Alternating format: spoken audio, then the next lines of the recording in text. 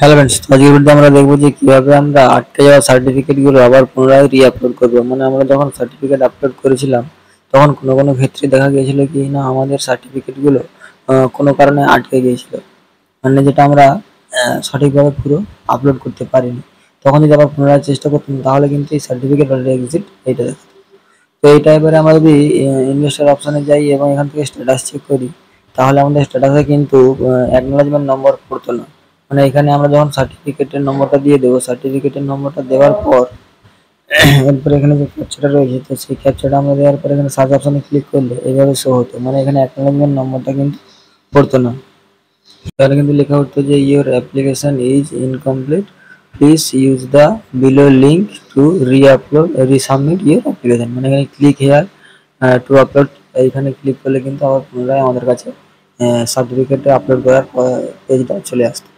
এবার এখান থেকে এলে আমরা সবকিছু দেখে নেবো এখানে ঠিকঠাক আছে কিনা, আধার কার্ড সবকিছু নম্বর, ব্যাংক অ্যাকাউন্ট সবকিছু ঠিকঠাক আছে। যদি ঠিকঠাক থাকে তাহলে আমাদের কি করতে হবে, সবের নিচের দিকে আসতে পারে, এগুলো ভালো করে দেখে নিতে হবে।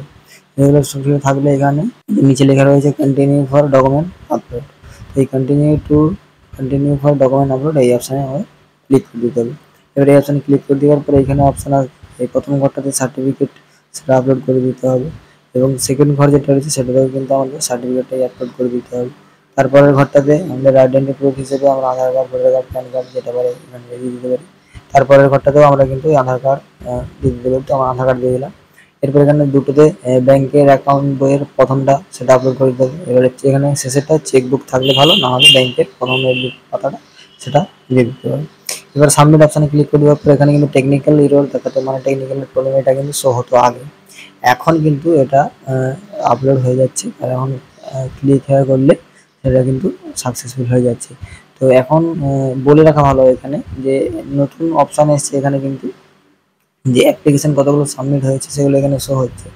আর এটা কিন্তু সম্পূর্ণ রাত্রেই ভালো হচ্ছে সার্ভার। প্রথমের দিকে সার্ভারটা ঠিক ছিল, মাঝের দিকে সার্ভারটা শুধু রাত্রেই আসতো, রাত্রেই কাজ করতে পারতাম।